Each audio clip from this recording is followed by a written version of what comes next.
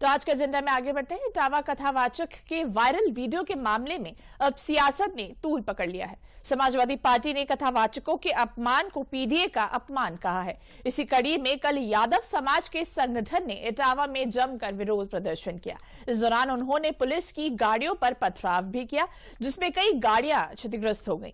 यादव समाज दोषियों के विरुद्ध कड़ी कार्रवाई की मांग कर रहा है, साथ ही कथावाचकों के खिलाफ लिखे गए मुकदमे को भी वापस लेने की मांग कर रहा है। वहीं पूरे मामले को भाजपा सपा पर हमलावर है। भाजपा नेताओं का कहना है कि सपा प्रदेश में जाति के नाम पर राजनीति कर रही है। बता दें कि इस विवाद में कथावाचकों के अभद्र व्यवहार करने वाले 4 लोगों को पुलिस गिरफ्तार कर जेल भेज चुकी है।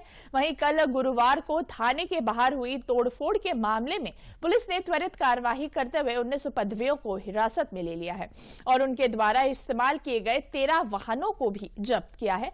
फिलहाल मामले की गंभीरता को देखते हुए जनपद इटावा में भारी पुलिस बल तैनात कर दिया गया है।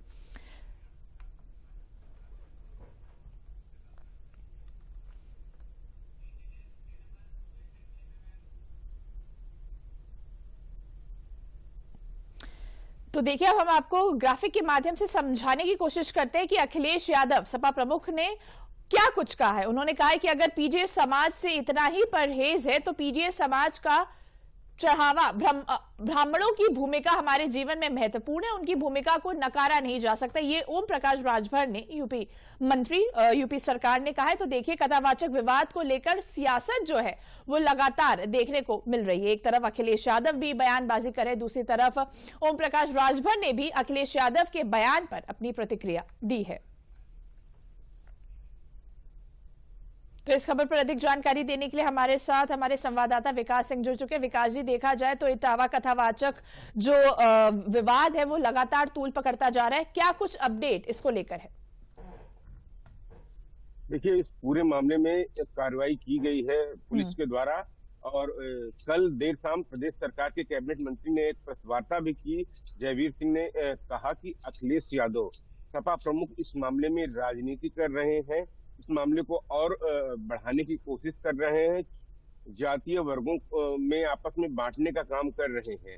जैसे कि ये घटना घटित हुई है वर्षा, इस घटना के बारे में थोड़ा सा बताता हूं आपको कि 21 तारीख की ये घटना है जब इटावा जनपद के दादर गांव में ये घटना हुई थी, जब भागवत कहने के लिए बुलाया गया था और आरोप ये था कि यहाँ पर जो लोग वहाँ भागवत करने के लिए, कथा कहने के लिए गए थे, उन लोगों ने अपनी जात छुपाई, जिसके बाद कुछ लोगों के द्वारा उनको पीटा गया और कुछ ऐसी हरकतें की गई जो अशोभनीय थी और बिल्कुल निंदनीय थी, जिस पर पुलिस ने कार्रवाई की। जैसा अभी आपने बताया कि उस समय 4 लोगों को हिरासत में लेके कार्रवाई की गई। इस घटना के बाद दूसरी तरफ पुलिस ने 4 लोगों की गिरफ्तारी की है और साथ साथ दूसरे पक्ष की तरफ से भी एफआईआर दर्ज की गई है कि अपनी पहचान छुपाने की बात को लेकर वो एफआईआर भी दर्ज की गई है। लेकिन समाजवादी पार्टी की तरफ से उन लोगों को बुलाकर जो सम्मान किया गया, उसके बाद से वहां पर राजनीति कहीं ना कहीं देखने को मिल रही है। इस पूरी घटना में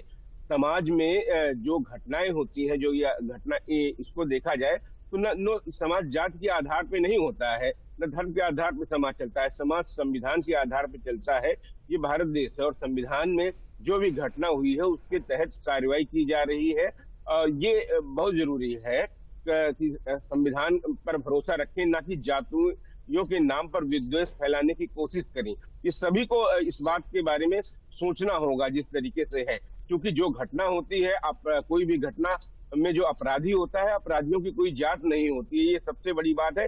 इस हकीकत को हर व्यक्ति को समझना चाहिए। जो भी अपराधी है उसको संविधान के तहत सजा मिलेगी, न कि जात के तहत यहाँ पर कोई सजा प्रणाली की व्यवस्था है इस देश में। वही प्रदेश सरकार के द्वारा इस मामले में लगातार कार्रवाई के निर्देश दिए गए हैं। सीएम योगी ने इस बात के निर्देश पूरे प्रदेश में भी दिए हैं अधिकारियों को, अगर ऐसी कोई घटना होती है तो शासन के आदेशों का भी इंतजार न करें, जो न्याय संगत कार्रवाई होती है वो की जाए। कल जब कुछ एक विशेष समुदाय के लोग वहां पहुंचे और पथराव करने की कोशिश की है, इस घटना के बाद भी लोग लगभग 15 लोगों को पुलिस ने हिरासत में लिया था और उस पूरे इलाके में आसपास के क्षेत्र में भारी पुलिस बल की तैनाती कर दी गई है।